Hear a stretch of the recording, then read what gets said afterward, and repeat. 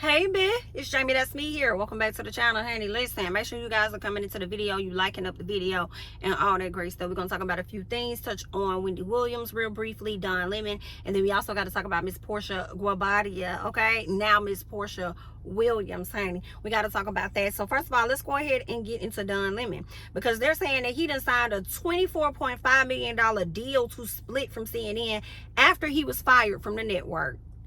Baby, listen, talk about a payout.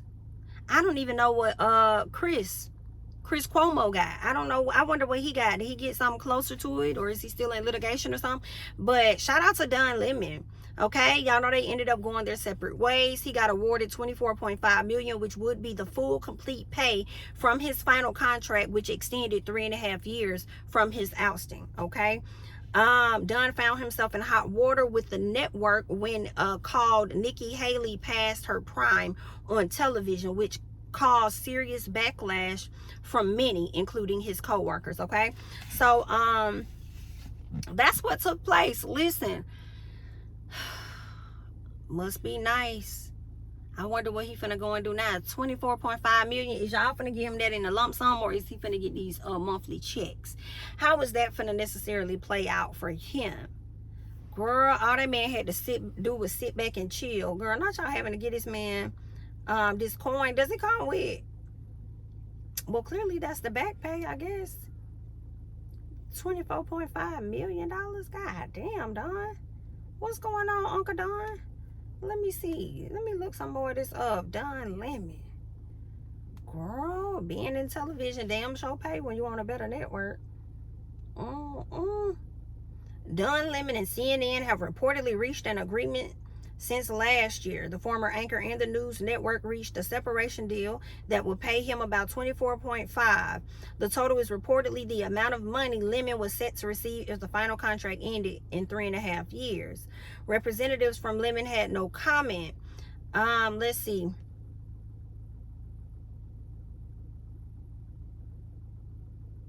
Oh yeah, I remember that. Okay, they said after 17 years, he ended up, he announced that he was leaving. He says, I was informed this morning by my agent I have been terminated by CNN. I am stunned. So when he got fired, it wasn't something he was expecting. He was completely shocked. He also said that they said that CNN had tweeted that he was offered an opportunity to meet with management, but instead released a statement on Twitter. And he said that that was not true. Okay. So, girl, he got their ass. He was offered an opportunity to meet with management. Was he offered an opportunity to meet with management? Y'all motherfuckers lie, and now it's costing y'all. Child, let me tell you, these networks gonna have to start working out situations with people before they just start firing them, especially when they find themselves in lawsuits, because not only do y'all have to pay out these attorneys that y'all probably pay on a salary on a regular basis or whatever the case is, but y'all also got to pay out this talent. And you got to drop all of that coin. Girl, that is a mess. Well, he finna live heavy and healthy. And if I was him, I'd take that $24.5 million. He been working for 17 years, bitch. I'll slick retire. I wouldn't do shit for the next few years. I'll just be chilling, living my damn life. And if I want to come back, because my name is Don Lemon and it's that big, if I want to come back and I want to create me a channel somewhere or do something similar to what Chris Cuomo, then I'll do it. Okay, I would appear on a few people's shows. I'll step in as a news analyst here or there, but girl, I won't be trying to work or doing a goddamn thing off that 24.5. I sure goddamn wouldn't. But anyway, congratulations and good luck to Don, honey. Let's real quick talk about this raggedy ass judge over there on the Wendy Williams case, because the people have been digging over there in her stuff, and I'm glad that they've been digging and I find out a little bit. They said a judge who ruled in Wendy Williams' guardianship was previously investigated for granting guardianship appointments to people who donate to her Supreme Court election campaign. Baby, that is wild. Okay, they're saying the Where is Wendy Williams Lifetime documentary has everyone questioning why she was appointed a professional guardian when her family says they were willing to assume the role. We did some digging and what we found is crazy. Let's start from the beginning. Due to Wendy's declining health, which we now know is due to aphasia and dementia, Wells Fargo Bank petitioned to have Williams placed under temporary financial guardianship to protect her funds from being mismanaged. They believe she was a victim of undue influence and financial exploitation after Wendy tried to switch banks after moving to Miami with her family. Wells Fargo wasn't finna let that motherfucking money go. Didn't we have this conversation already? Didn't we read an article from 2022 and the attorney was reading Lori Schiller, the woman that was managing her account?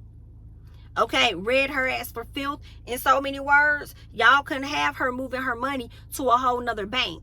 All right, that lady had been making large payments, and because that young boy was not willing to send his mama back to go to work, y'all made sure y'all did whatever it is that y'all could do to make sure the family did not seem credible enough to be in charge of that boy's mama. Y'all wrong as hell for that. Y'all foul for that.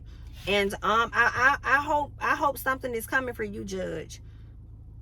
Okay. They said the petition was filed by Wells Fargo in 2022. They said, please keep in mind as you read further, Wendy's son Kevin was taking care of her at the time, but after Wells Fargo filed their petition, lawyers from the bank painted him out to be an unfit guardian and accused him of frivolously spending the money. And I told y'all that, but we already went through all of that. Didn't I tell y'all that the judge presiding over the case appointed a professional guardian, Sabrina Morrissey, and threatened Kevin Jr. with kidnapping charges if he didn't hand his mother over.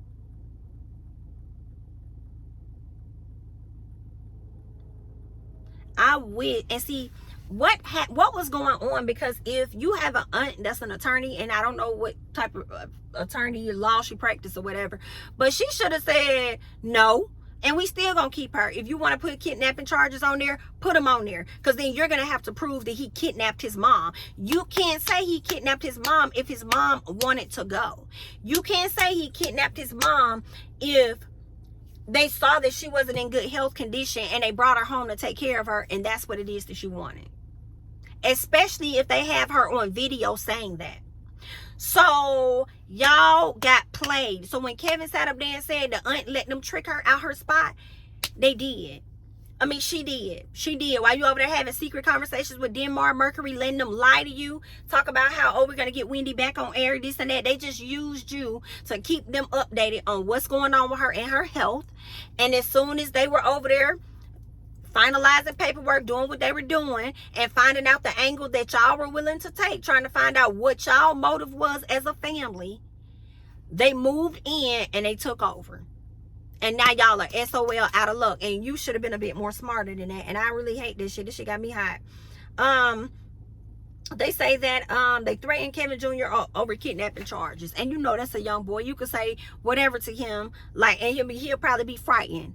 But if the family, I don't know where the family were. They talked about the family not being in the best of places. But if the family was in a much better place, I would have thought that the aunt would have been like, try it. Try it. Y'all gonna have to prove that. Okay, but anywho, they said the judge is Lisa Sokoloff. We did some digging on this judge and found out that she was previously investigated by ABC 7 News after a paper trail revealed she granted guardianship to people who donated to her Supreme Court election campaign. Okay, and I remember coming across that, so let me get that news story up so that I could just play that, because that is true. Okay, she definitely was being investigated. Let me see where it is. I hope this is it right here. Thorne found a concerning link between the guardianship judges in New York City and campaign donations made to them by the people they later appointed to guardianship cases. Guardians are paid by their wards, the people they take care of. In many cases, guardians can bill Guardians are paid by their wards, the people that they take care of. This bitch, Sabrina Morrissey, is making money, free money, bitch, off of Wendy Williams and managing her shit. And she ain't managing nothing at all. That's why I'm glad she got exposed during this, and indirectly got exposed during this documentary. You're taking money from this woman and you're not properly managing. That's why Wendy's sister was on the phone with her telling her to document everything. And she didn't want to say anything on the documentary because she's trying to, in my opinion, play a little bit of chess this time.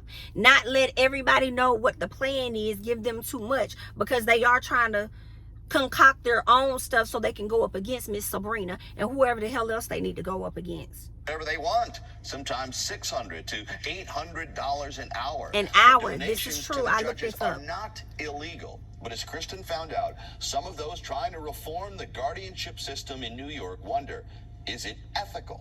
Let me go back, y'all. I'm gonna be quiet. I'm gonna be quiet. I'm gonna let y'all listen to the whole thing. Several-year-side investigation into the adult guardianship system in our area.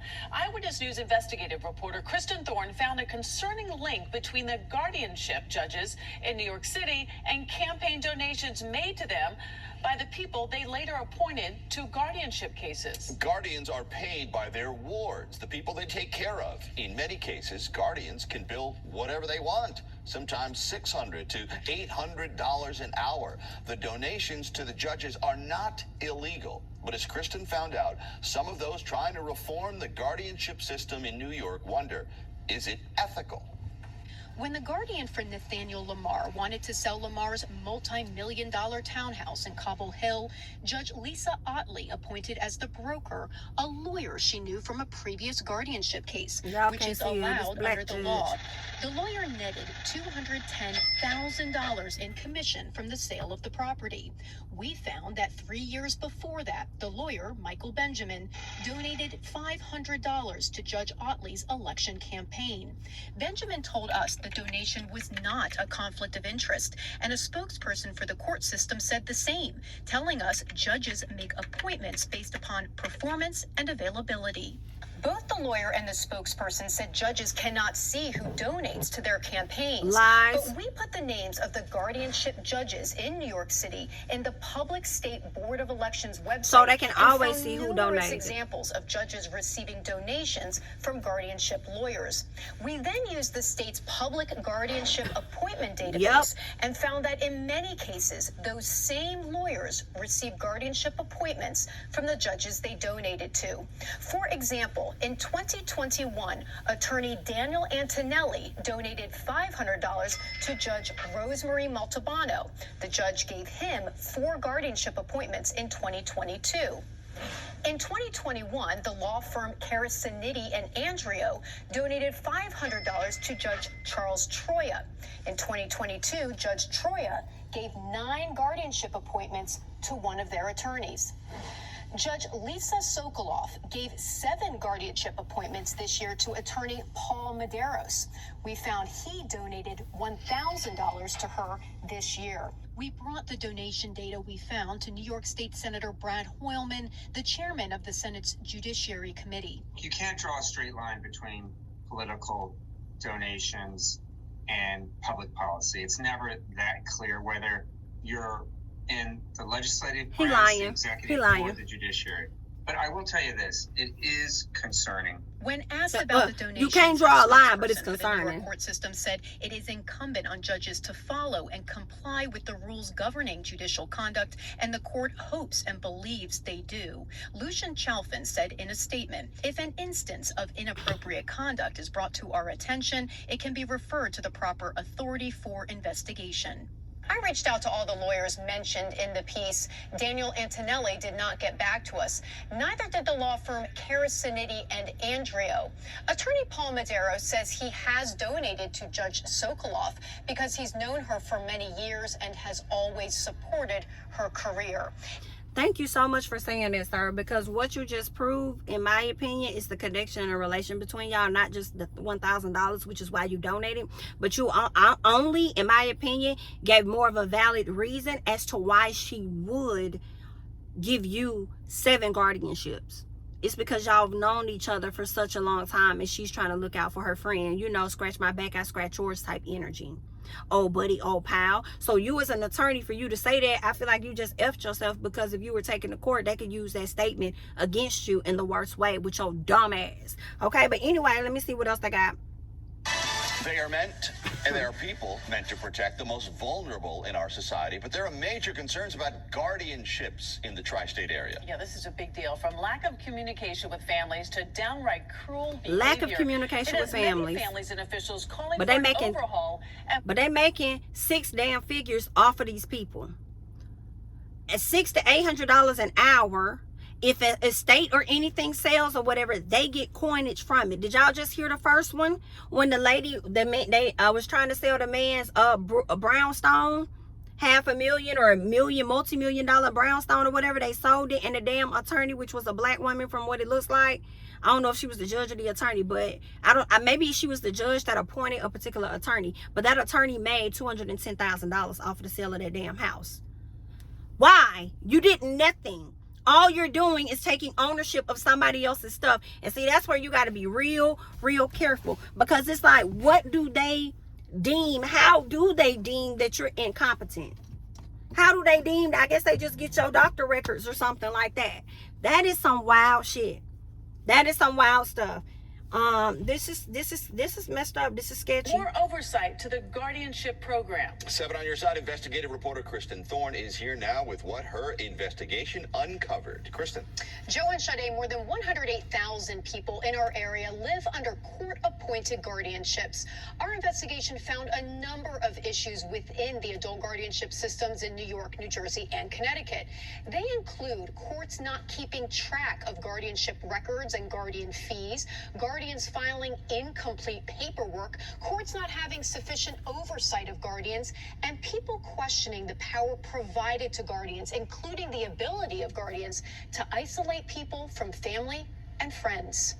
I have fought ferociously for my mother's rights, and still I couldn't stop this train. For years, Ellen Oxman Pfister battled the New York court system to have a guardian removed from her mother.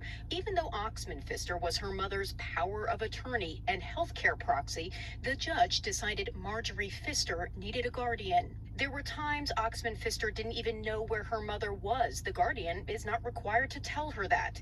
She didn't even know her mother died in a nursing home in the Bronx until 2 days after her death. The guardian sent her an email with the news. She died alone. Bitch, you ain't been contacting this damn lady when she's trying to find out where the fuck her mama at. I'm sorry, y'all. This shit got me high. I'm sorry.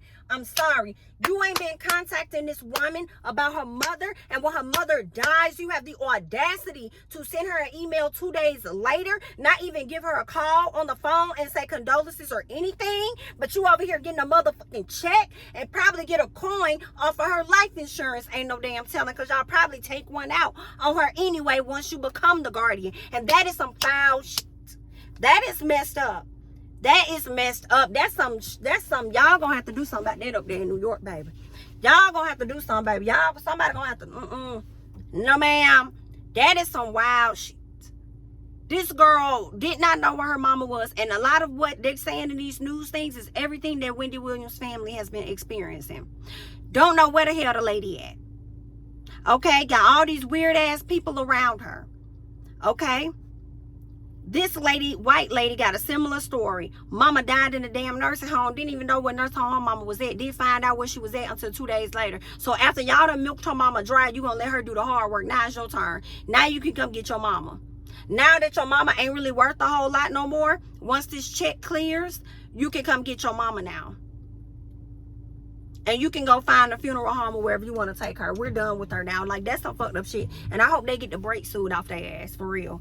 Because that's not cool. Lack of communication, not properly doing the paperwork. The judges not doing their position. I heard Lisa Sokoloff, somebody said on Twitter, telling me she ain't going to be out of office until 2037. I'm like, how does that even happen, that she's going to be there that long? I mean, are you playing? I hope they was playing. But are you crazy? This is wild.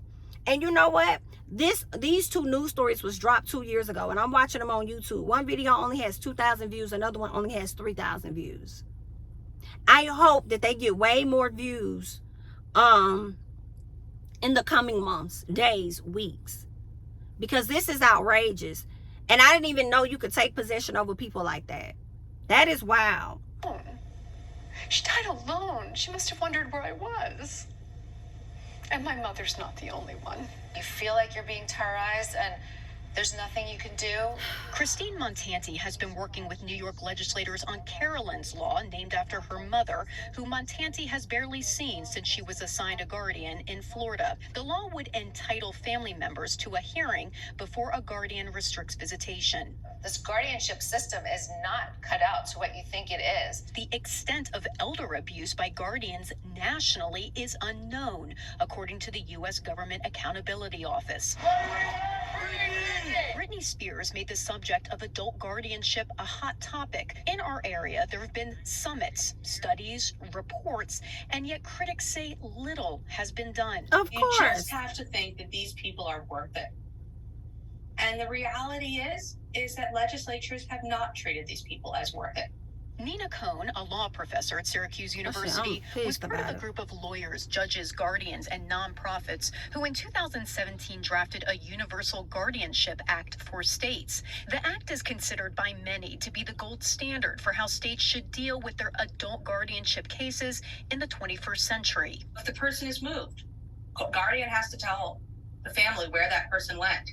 If there's a major change in health. Bitch, ma'am, you talking about if a person moves, the guardian has to notify the person exactly where they went. No, how about y'all not have no damn guardians? That's one. How about that? And if you're gonna do guardians, how about the guardian is required to work hand in hand with this person? And y'all need to streamline that process, whatever that's gonna look like. I don't know what y'all need to do. But there needs to be some type of consistent to where they know that they are not necessarily the ultimate decision on nothing. Y'all are probably overseers or something, but you ain't no damn, like, you don't get all say so on nobody. Like, girl, what? The guardian has to notify.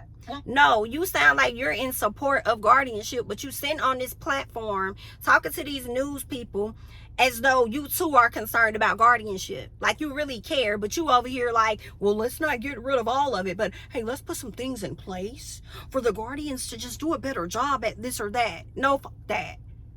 Girl. Some states have adopted the act. New York, New Jersey, and Connecticut have not. We reached out to the state legislators who would be in charge of knowing about the act to ask them if they all were these aware white of folks it and if two they would black folks consider on the implementing it. in the only legislature. ones that got back to us with a statement were New Jersey Assemblywoman Angela McKnight. A She black said woman. the legislation is worth looking into, and New York State Senator Brad Hoylman. I think it's time that New York considers This white it man. too. In 2018, This the same white man that sat up there and said that there's no way to, make a direct line that this and this go together. But I will say that it's concerning. Like, there's no way you could say because they donated, the judge turned around and gave them guardianship. Like, that's just not possible to do. But I'll say this, so it is a bit concerning. You don't make no damn sense. several New York senators held a roundtable on the state's guardianship system. Every stop in this system is choking. We reached out to the senators who were on that panel and asked what they had done over the past 5 years to address the issues they heard about. They either didn't get back to us or said they weren't available. That's what they did. They sat and collected the check. Of guardians, and the court is pretty significantly burdened by the volume and the oversight. In 2021, the New York court system received a $1 million grant to upgrade its online guardianship case management system. The court says the system should be active by September. You may be wondering, how are guardians selected?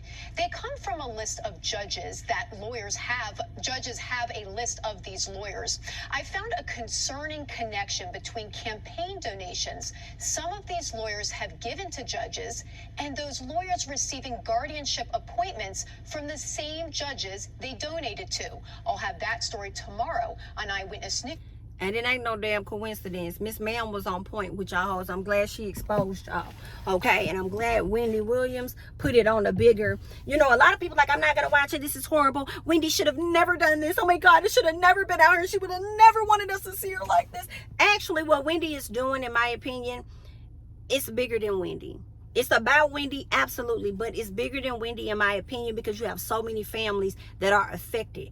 People that got about as much or more, or maybe even less than Wendy, are being placed under guardianship And it's simply not fair to the family members of how this process goes. You can't take ownership of a person's life and then not be transparent with it. I mean, unless they done committed a crime and they on lockdown.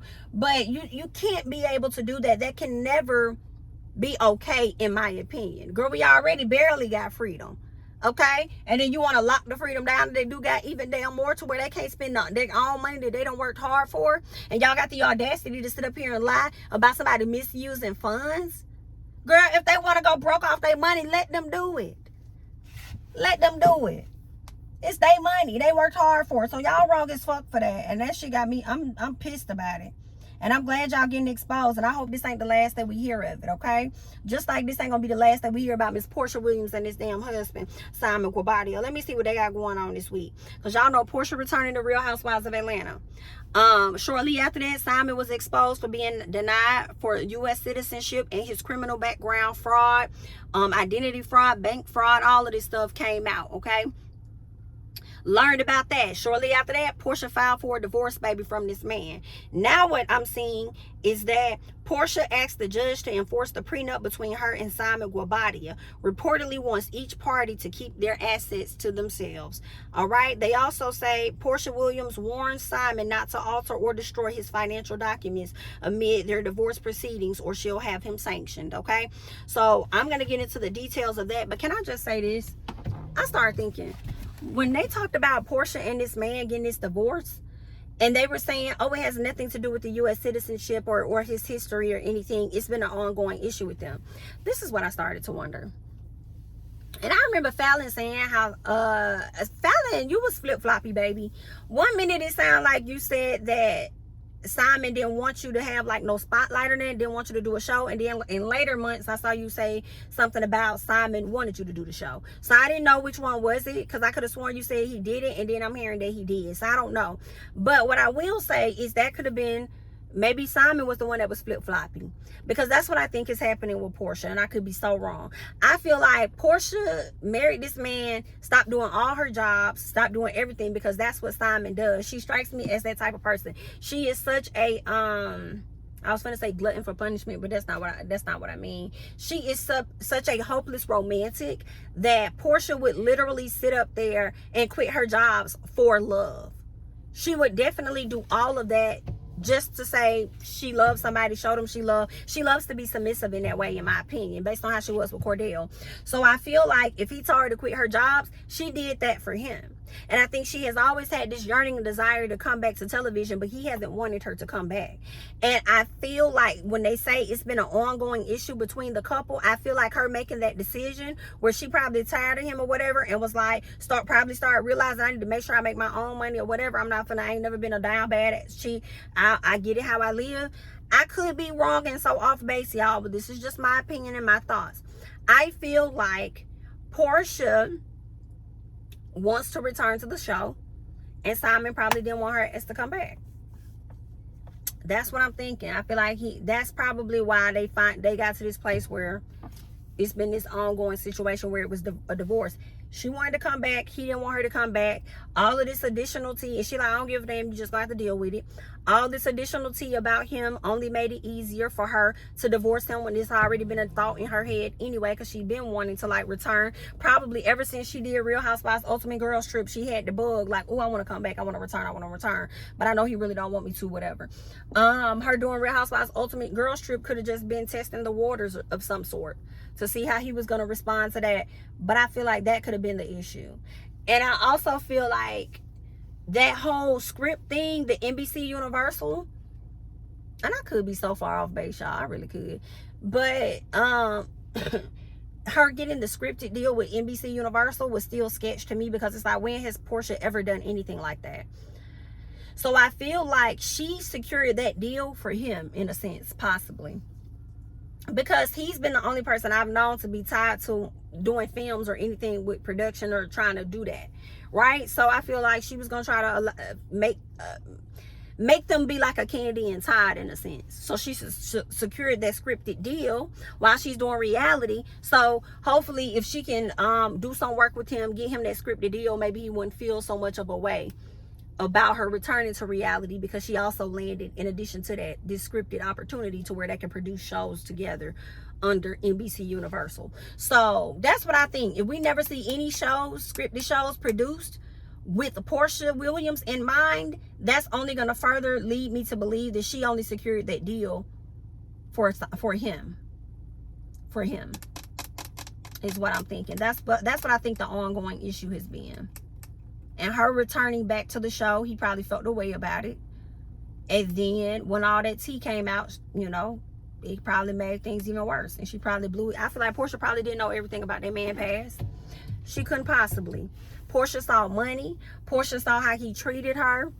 And she just went for it. Y'all know how Porsha be when she be blind. When she got with a football player. And she over there throwing parties and doing all this and that. And everybody else sees that he's not that into you. But Porsha didn't see that. Same thing with the dude that was working as a lobbyist up north somewhere. And she over there wanting to have a baby, want to do this, being all gullible, but everybody else is seeing the same thing. He really not that into you. Also, same thing with Dennis. When she was with Dennis and Candy was trying to tell her how he was and Porsha felt the way about it, didn't want to see it. Same thing with Simon. Porsha jumped to this man real quick, saw what the hell she wanted to see, and yet here we are. Okay? Yeah, and he wanted to control and stuff, and then when she came to her senses, it was like, I'm not gonna deal with this no more. So that's just what I think. But let me see what else they got over here when it comes to this Porsha situation and this whole divorce. All right, what was the first one that they had? Where is it? Okay, so they're saying that in the court documents, Porsha says her and Simon signed their prenup a few days before their first wedding in November of 2022. The agreement states forth each party's separate property interest and marital property interest. The petition said wife requests that prenuptial agreement be enforced by this court and be made a part of this court's final judgment and decree of divorce. When I see this, it also leads me to believe that Simon ain't got as much money as we all may have thought, and hell, maybe all that she may have thought. So the little coin that she do, guys, she trying to make sure, he probably ain't trying to tap into it because she want to make sure what's mine is mine and what's yours is yours. So don't be trying to think you're finna get anything out of me because you sat up there and lied about some shit. I don't know. This is just what I'm thinking. All right. They also go on to say wife is hopeful the parties will reach an agreement settling all issues pending between them. However, if such an agreement cannot be reached, wife reserves the right to amend the complaint accordingly. Let me tell you something, Simon, baby. I know you are sick. Ain't this your second divorce in less than 3 years? Help the people out. Help the people out. Talking about he gonna always love his wife until the divorce is final. I bet you are. As y'all living in the same house, y'all probably rubbing y'all feet together as y'all over here tweeting this shit out anyway. But let's see what else. Didn't somebody say that he got sued recently because he owed the airline or something, some jet people, some airplane that he rented? I guess he ain't been paying, so now he owe, and he over there trolling on his page, showing all the Rolls Royce and different things he's talking about he might buy, showing that he's unbothered, honey. Girl, please. I feel like he's very bothered. As much as he act like he ain't, he is. All right, let's get to the next one. Considering the fact that Simon is a documented scammer, y'all wrong for that, who's been running schemes since Porsha was in diapers. Come on, because that's what I had called out. I was like, wait a minute. So that means when he was this age, she was that age? Girl, I don't know, y'all tripping. All right, so they say per the report, she demanded Simon maintain spare financial records and statements, all income records, all tax records, all expense reports, all recordings or evidence reflecting relevant conduct by either party or risk facing sanctions. Okay, we previously reported that Porsha wanted to honor their prenup agreement, which protects the assets they acquired before marrying. However, we're unsure what that means for the money Simon may have earned while being married and vice versa. Interesting. Okay, so maybe that's what it's about. Maybe that's what it's about, that he don't get none of the money that she did make in the marriage. But I'm like, what money did she make when she quit her damn jobs? Is she trying to get some piece of alimony? Were they married long enough for that to even take place? Simon was previously deported Okay, we talked about all of that. Okay, she noted in court documents that their marriage is irretrievably broken. Also added that the reality star is hopeful that she and Guobadia will reach an agreement settling all issues between them. So Porsha is done. And any of us thinking this shit is for a storyline, we stupid. We dumb. I started to think, could this be a scheme? Is she doing this for a storyline? No, that lady dumped that man. She got what she needed to get out of the situation. Okay, she wanted a little taste of that thing and see what it was giving, what it's like to live, be this African princess and all of this other stuff. So she said, I came, I saw, I did, I'm finna get the hell on. And it's really just that simple. Okay, so that's really all I got. I'm not mad at it. I'm loving the fact that Porsha is finna get this divorce. I might start liking Porsha a little bit more. I just want her to admit how stupid she was to go and marry this man. That's what I want to see on Real Housewives of Atlanta. I want her to admit how gullible she was and how gullible she can be. How she loves love so much and she's a hopeless romantic that it often puts her in bad spaces. She often finds herself on the wrong side of the stick. She never really gets what she wants, you know.